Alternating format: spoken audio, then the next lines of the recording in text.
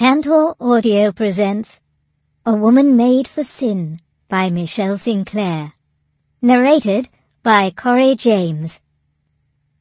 Prologue.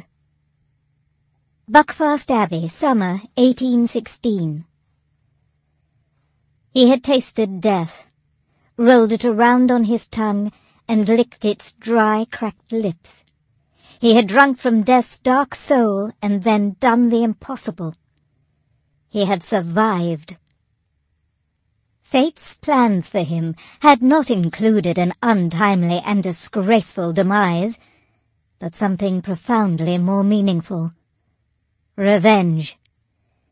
Its sweet flavor would mix with death's, and he would know satisfaction at last. He turned the final corner down the dank stairwell and entered the oval space filled with the scent of old vellum. Only this room prevented the long days from becoming a living nightmare of pain and torture. In this small area lived the past.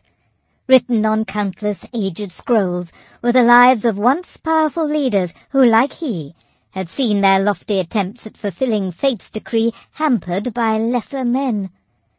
But death had determined those men unworthy to walk these lands of promised power.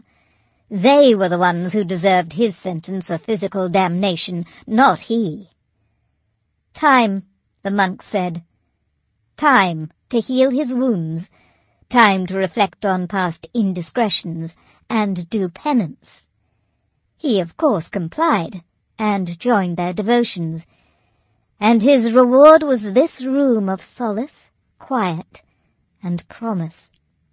Fate had drawn him here.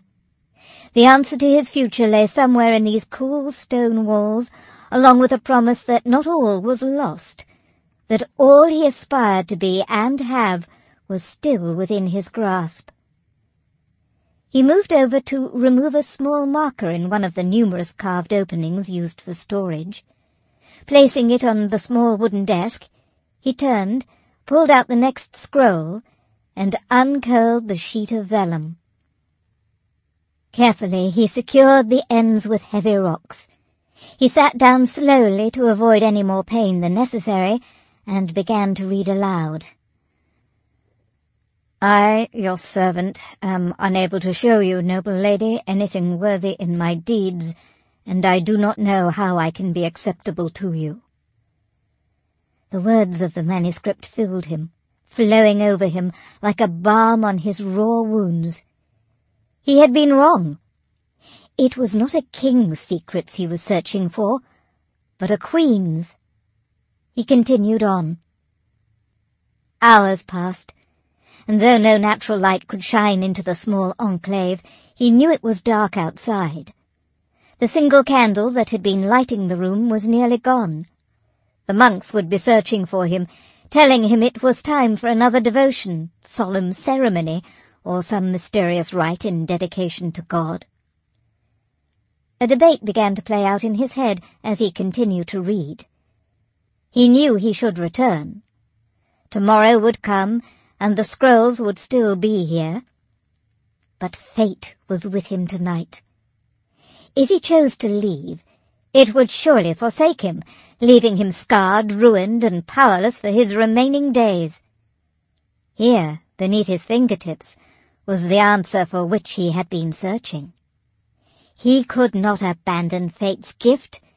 It might not come again. He flipped to the final page and read the end. Nothing was revealed, no secrets, no messages, and yet he knew his destiny was intertwined with this woman's story. How this ancient manuscript had made its way into the abbey's dark walls was a mystery. He could spend years trying to find out whose hands had held this scroll, only to discover the hard-gained knowledge was meaningless. So why had fate placed such words in his grasp? Why was his soul so affected by this woman's inexplicable victory? He knew if he did not find the answer, he would be forsaken once again. Fate had little time for fools. It certainly did not deliver enemies and resurrect kingdoms to unworthy men. "Hello," called a voice, whose accent spoke of a life lived in a variety of places. "Son, are you down there? You have missed the divine reading, and supper is nearly finished. Are you well?" He sighed deeply and returned, "Yes, father, I am coming. I am afraid in my studies I lost track of time." Crunching footsteps echoed against the walls. An old man dressed in black robes appeared. "What is it that had your attention for so long today? What did the Lord bring to you?" He stifled another sigh and brought his hood farther up to shade the majority of his face, though he knew the old monk had seen the monstrosity that lay underneath the brown folds. The man had found him washed up from the sea and had brought him to the abbey to tend his wounds. He should have died, and though the monk might believe it was his god that had revived his nearly dead carcass, he knew better. Something the old man would never understand. A withered hand poked out from the arm of the black cape and glided down the vellum outstretched on the table. "You are reading the Encomium Emme Reginae. It is very old, written many years ago by a monk of St. Omer in praise of his Queen Emma. Few take interest in that which occurred so far in the past. So little history was captured then. It is difficult to tell truth from fiction."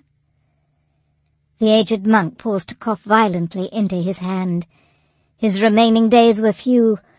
Consumption was taking him, slowly and painfully.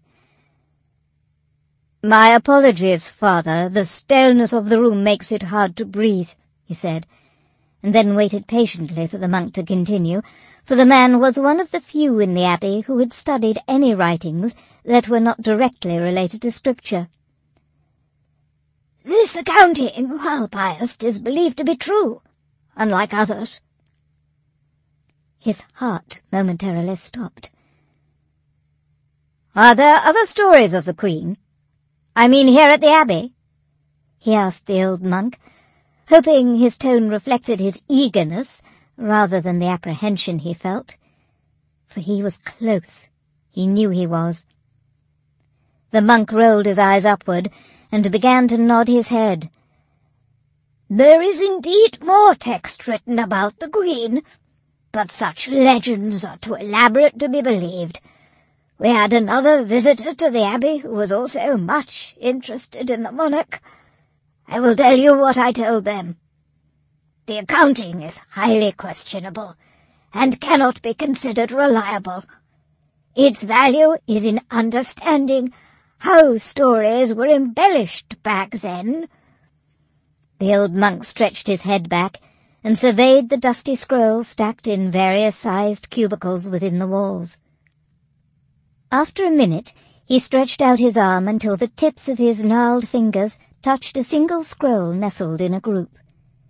As he watched the monk slip the document out of its resting place, he realized it would have taken many more months at his present pace before he had read the item. The monk gave it to him, and he laid it out, anchoring the corners.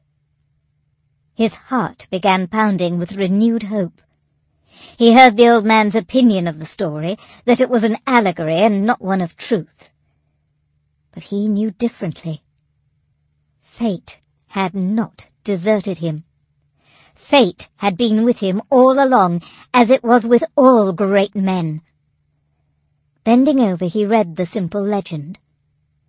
Unlike the other manuscripts, the handwriting was jagged, and the scattered drops of ink indicated it had been quickly scribed. He gnashed his teeth and calmed his suddenly tumultuous emotions. Any doubt of the importance of today's find completely and resolutely vanished. "You said only one other had studied these, father. Please tell me, just who was that person?" Chapter 1. London, October 6, 1816. "Milly, do not shake your head at me. I absolutely insist that you come." Of the three of us, you know the area the best, and Janelle, do not think because you are sitting behind me, I am unaware that you are at this very moment rolling your eyes and